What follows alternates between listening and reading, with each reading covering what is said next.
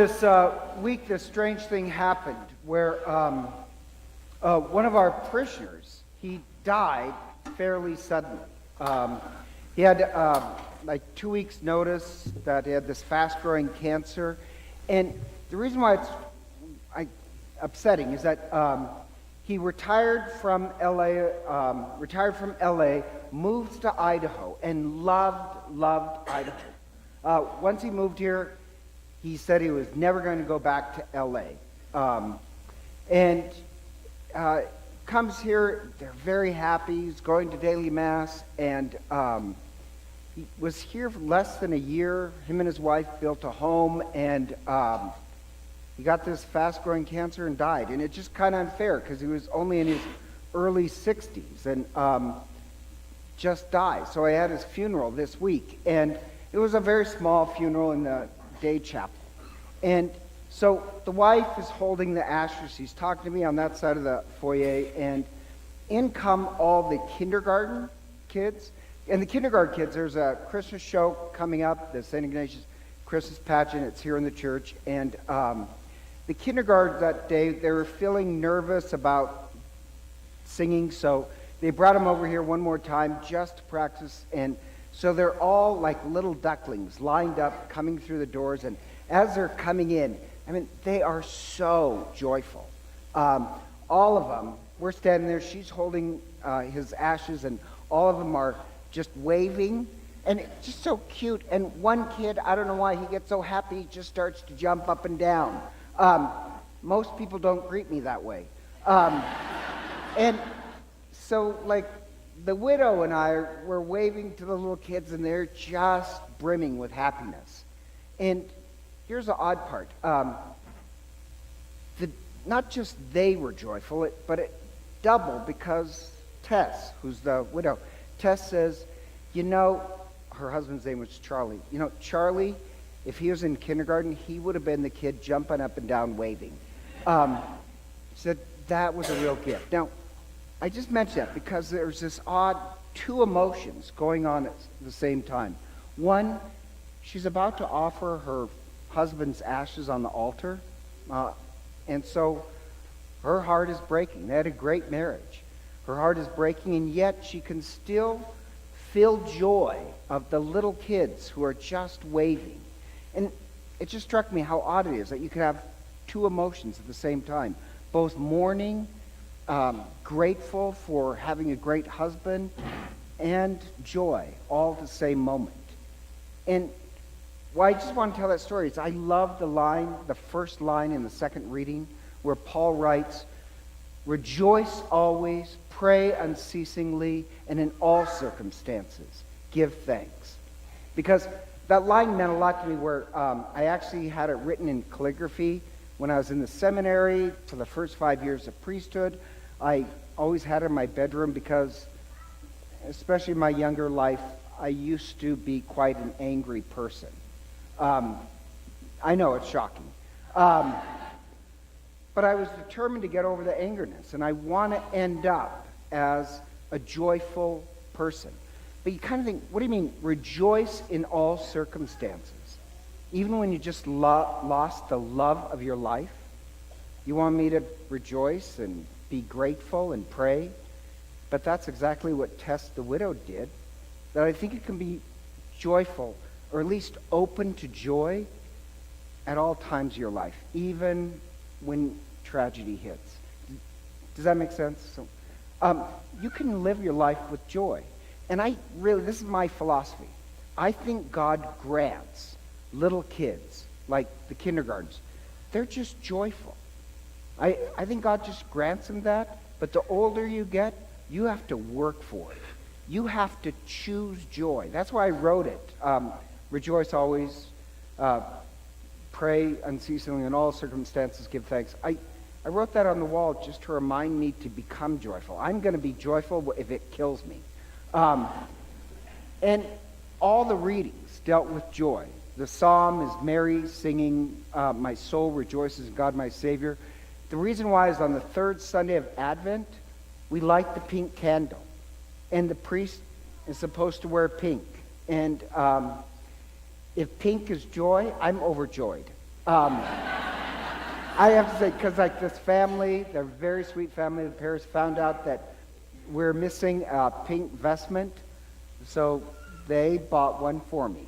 So now I feel like the ever-ready buddy. But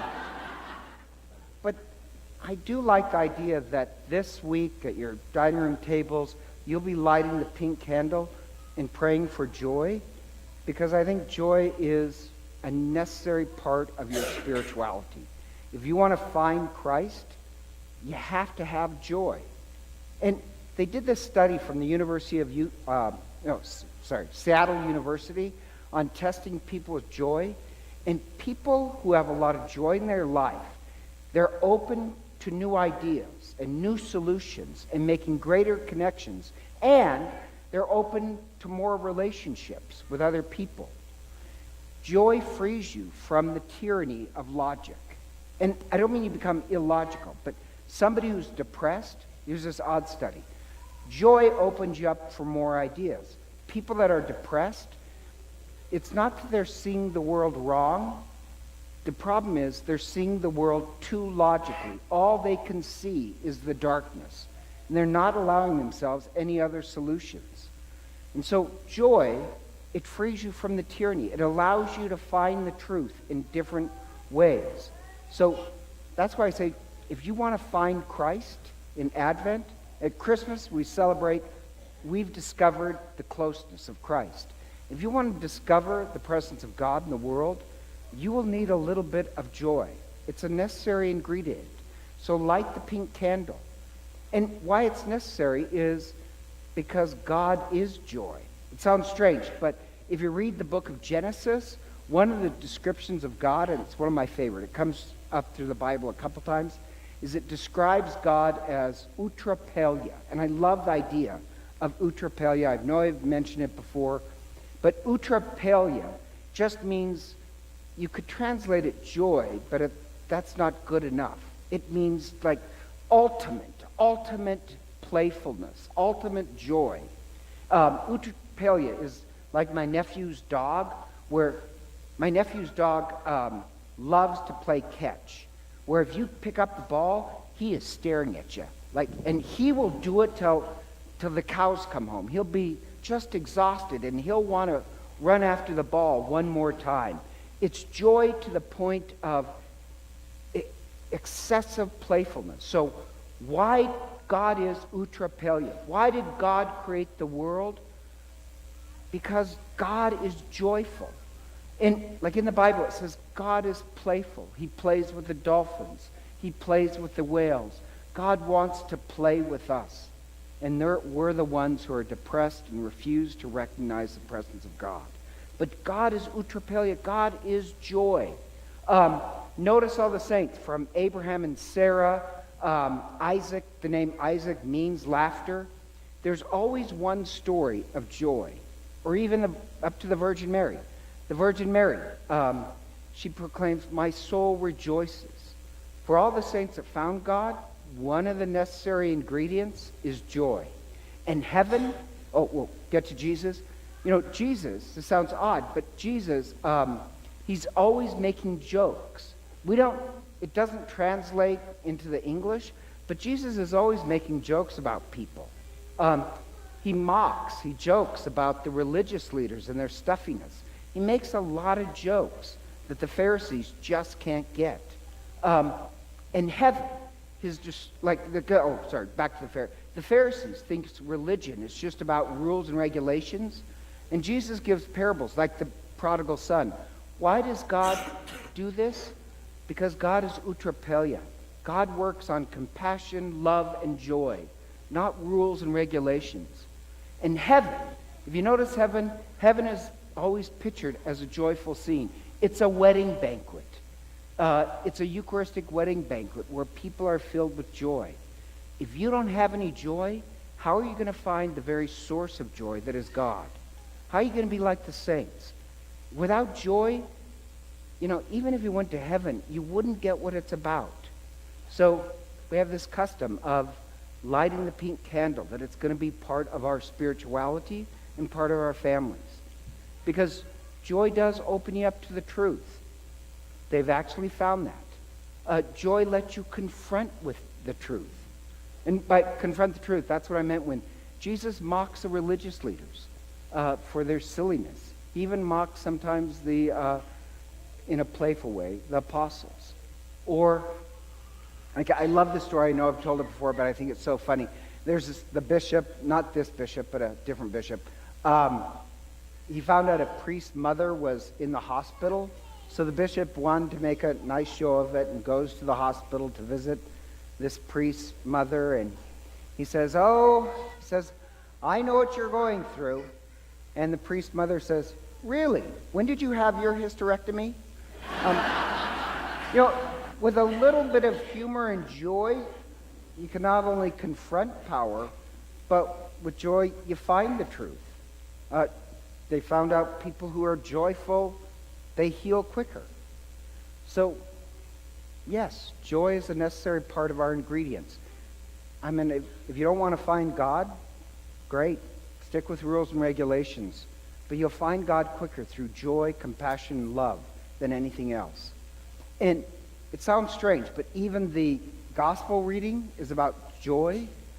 Because I think a lot of people think joy comes from getting something. They live in the world of comparison, that if I somehow have what you have or more than you have, then I'll be joyful. That's not how it works. Having more, the game of comparison, won't make you more joyful, even if you win the game. So John the Baptist, they go to John the Baptist, and think about this. They're walking 30 miles, and they ask John the Baptist, are you the one? And John the Baptist literally says, I am not. And you remember, the name Yahweh means I am. And so that's a play on the word I am. I am not. And Jesus is going to constantly reply, I am. And John the Baptist says his life only points to the light. He's not the light. John the Baptist is so free. He doesn't have to be in this world of competition, that he's in competition with the priests or anybody else. He's completely free, that his life points to the light, not the light. And so we just want a part of the light of joy in our life. If we want to become, I know this sounds strange, as joyful as the kindergarten, then we have to work for it. Even Tess, and I like this, Tess, who can offer her husband's ashes at the altar, is still open to joy. Joy is something you have to earn in your life. And with it, we find the source of truth that is Christ. And so together, let us stand.